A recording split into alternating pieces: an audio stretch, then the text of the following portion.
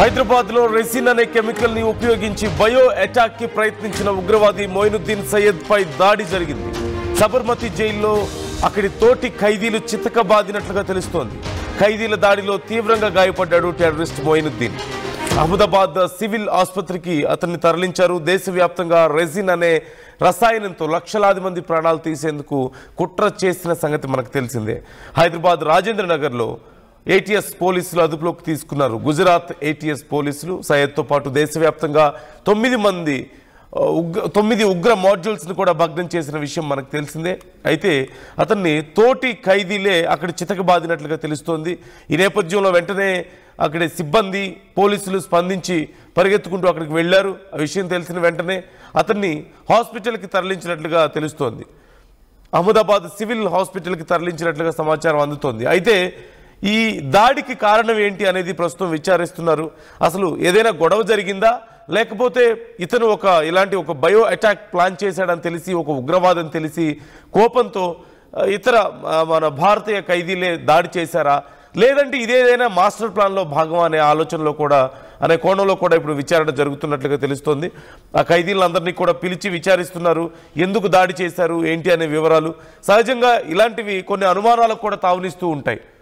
రకరకాల కారణాలతో తప్పించుకునే ప్రయత్నాలు చేయడం, లేదంటే విచారణ నుంచి కొన్ని విషయాలను దాచిపెట్టే ప్రయత్నంలో భాగంగా ఇలాంటి దాడులను వాళ్లే ప్లాన్ చేసుకోవడం కానీ, లేదంటే కొన్నిసార్లు తోటి ఖైదీలతో జరిగేటువంటి అనుకోకుండా జరిగేటువంటి గొడవలు, లేదా వీళ్ళు చేసినటువంటి దారుణమైన పనులు తెలిసి ఫలానా వ్యక్తులు వీళ్ళు ఇంత దారుణాలకు పాల్పడ్డారని తెలిసి అక్కడ ఉన్నటువంటి ఖైదీలు ఒక్కోసారి దాడి చేసే అవకాశం కూడా ఉంటుంది.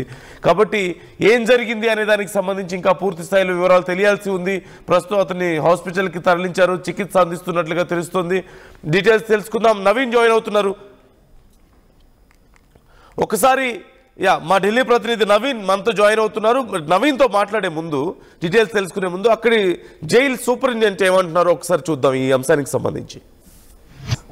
આજે સવારે 7 વાગે જ્યારે જેલની અંદર હાઈ સિક્યુરિટી ઝોન જે છે તેમાંથી એક જે ફરિયાદી છે અહેમદ મોઇનુદ્દીન અબ્દુલ જીલાની કરીને તેની સાથે 3 જેટલા જે કાચા કામના કેદીઓ છે, જેમાં 2 મર્ડરના આરોપી છે અને એક સાબરમતી પોક્સો ગુનાનો આરોપી છે. તેઓની સાથે મારપીટ થયેલાનું અમારી સામે એક ફરિયાદ આવેલી છે. ફરિયાદ અમને સિવિલ હોસ્પિટલમાંથી જે વર્દી લખાવી છે એના આધારે અમે ફરિયાદ લીધેલી છે. ફરિયાદના કન્ટેન્ટ એવા છે કે જે અહેમદ જીલાની અને એની સાથેના બીજા 2 કે જે ગઈકાલે જ એટીએસ દ્વારા જેલમાં સોંપવામાં આવેલા હતા અને તેમના વિરુદ્ધમાં આર્મ્સ એક્ટ અને એના ગુનાઓ દાખલ કરવામાં આવેલા છે. તેઓને બોલાચાલી થતા જે 3 જેટલા જે કાચા કામના કેદીઓ છે જેલની અંદર, તેઓએ માર મારેલા છે. માર મારવામાં એમને આંખની બાજુમાં વાગેલાનું જણાઈ આવેલ છે અને મૂઢ માર મારેલો છે. એટલે પોલીસે આ જે ભારતીય ન્યાય સંહિતાની 118 ની કલમ મુજબની ફરિયાદ દાખલ કરી અને આગળની તપાસ હાથ ધરેલી છે.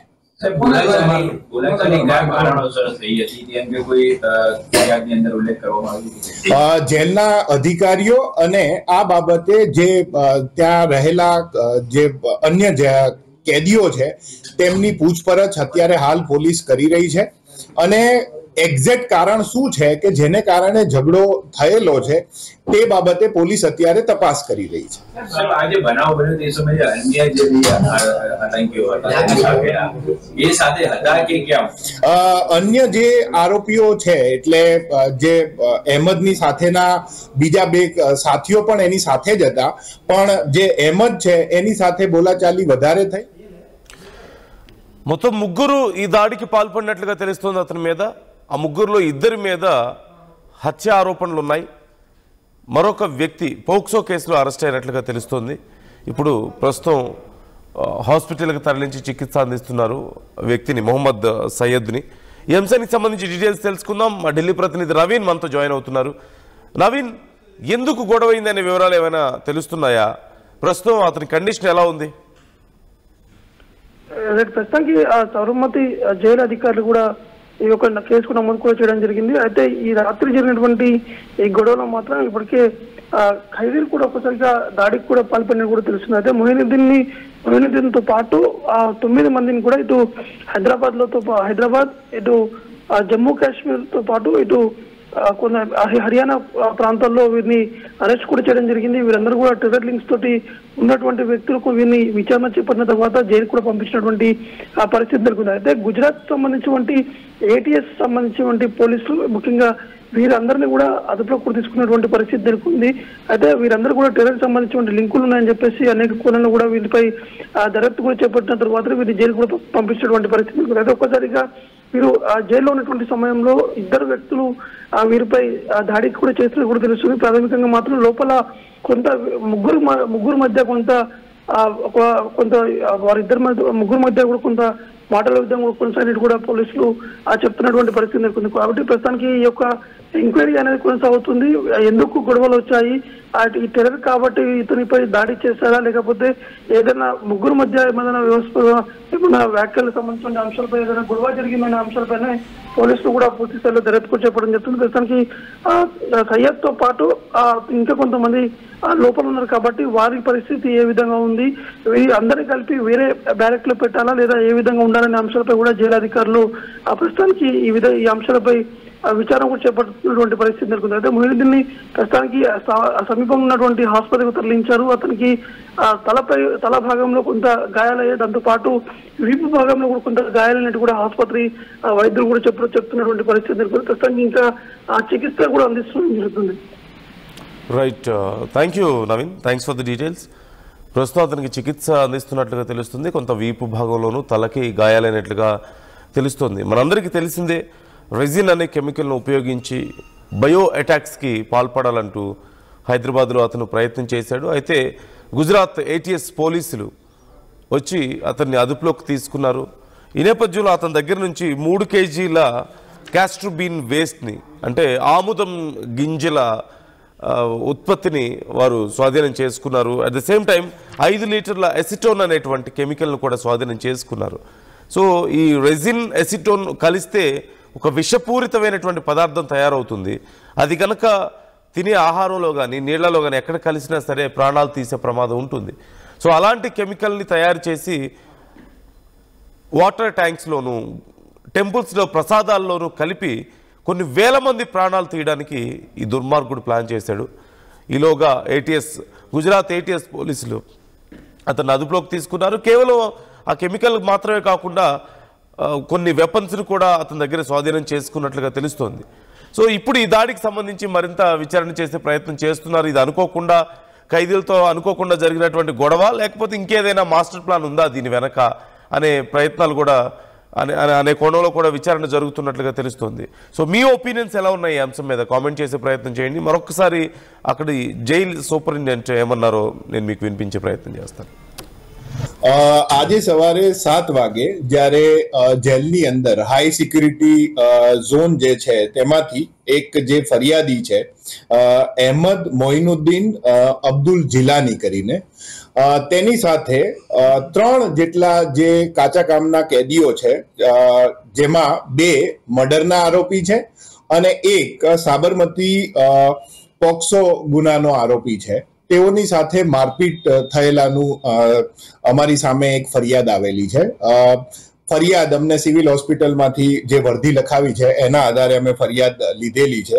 ફરિયાદના કન્ટેન્ટ એવા છે કે જે અહેમદ જીલાની અને એની સાથેના બીજા 2 કે જે ગઈકાલે ATS દ્વારા જેલમાં સોંપવામાં આવેલા હતા અને તેમના વિરુદ્ધમાં આર્મ્સ એક્ટ અને એના ગુનાઓ દાખલ કરવામાં આવેલા છે. તેઓને બોલાચાલી થતા જે 3 જેટલા જે કાચા કામના કેદીઓ છે જેલની અંદર, તેઓએ માર મારેલા છે. માર મારવામાં એમને આંખની બાજુમાં વાગેલાનું જણાઈ આવેલ છે અને મૂઢ માર મારેલો છે. એટલે પોલીસે આ જે ભારતીય ન્યાય સંહિતાની 118ની કલમ મુજબની ફરિયાદ દાખલ કરી અને આગળની તપાસ હાથ ધરેલી છે.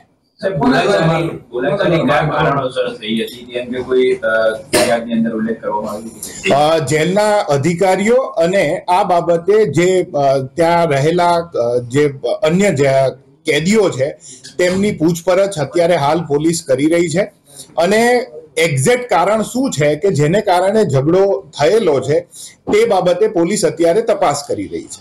સાહેબ આજે બનાવ બન્યો તે સમયે અન્ય જે આતંકીઓ હતા એની સાથે એ સાથે હતા કે કેમ? અન્ય જે આરોપીઓ છે એટલે જે અહેમદની સાથેના બીજા બે સાથીઓ પણ એની સાથે જ હતા પણ જે અહેમદ છે అయితే మొహమ్మద్ సయ్యద్ బ్రదర్ మాట్లాడుతూ లేదు ఇదంతా ప్లాట్ చేశారు, అసలు మాకేం సంబంధం లేదు, మా బ్రదర్ చాలా మంచివాడు, ఇదంతా ఎవరో కావాలని కుట్రపూరితంగా చేశారు, అసలు అవన్నీ మా ఇంట్లో ఉన్నట్లు మాకు తెలియదు, ఇన్ఫ్యాక్ట్ ఆ రెజిన్ని అలాగే ఎసిటోన్ని కలిపితే ఒక విషపూరితమైన పదార్థం తయారవుతుందని ఇప్పుడు మీరు చెప్పే వరకు నాకు ఎలాగో తెలియదు, అలాగే మా బ్రదర్కి కూడా తెలిసి ఉండదేమో, చాలా మంచివాడు అతను అంటూ కొంత సపోర్ట్ చేసే ప్రయత్నం చేస్తున్నాడు. సో వాళ్ళ బ్రదర్ ఏమంటున్నాడు ఇతని గురించి ఒకసారి చూద్దాం. मेरे को सैटरडे के दिन ATS से 10:45 पे ऐसा कॉल आया, आपके बड़े भाई का नाम क्या है बोल के. मैं बोला डॉक्टर सैयद अहमद मोहिउद्दीन बोले, तो वो बोले बराबर आपके भाई हमारे रिमांड में हैं, आप बात करना चाहेंगे क्या बोले. तो मैं बोला हाँ, आजकल फ्रॉड कॉल्स बहुत आ रहे हैं डिजिटल फ्रॉड के, तो मैं बोला बिल्कुल बात करूँगा. उन्होंने बात कराए तो ये सही में भाई की ही बात थी, वो भाई थे वहाँ पर. भाई से बात हुई, भाई बोले कि मेरे को यहाँ पर बिजनेस डील बोल के बुलाया गया, बुला के इस इलीगल काम में फंसा दिया गया. और जो भी प्रोडक्ट मंगाए मैं प्रोडक्ट ले कर के आने के बाद मेरे को अमाउंट देते बोल के अमाउंट वो लोग नहीं दिए बोल के बैग में कुछ पैक्स रख के सामान दिए. मैं बोला अमाउंट कहाँ है, पैसे कहाँ हैं, तो ये पैक में अमाउंट है बोल के बोले. अच्छा ठीक है बोल के मैं लेके निकला, लेकिन कुछ दूर जाने के बाद पुलिस की टीम आई, मेरे को रोकी और चेकिंग करना है बोल के बोली. चेकिंग करने में बैग में पैक्स फाड़ के देखे तो उसमें अमाउंट नहीं था. अमाउंट के जगह पे ये इलीगल सामान वगैरह पिस्तौल वगैरह रखे हुए थे. मेरे को भी नहीं मालूम, पुलिस को भी उसी वक्त हम दोनों एक साथ देखे वो चीज़ को. तो इस तरीके से मेरे को फंसा दिया गया बोल के वो फ़ोन में बोले थे. आपके भाई बोले जी.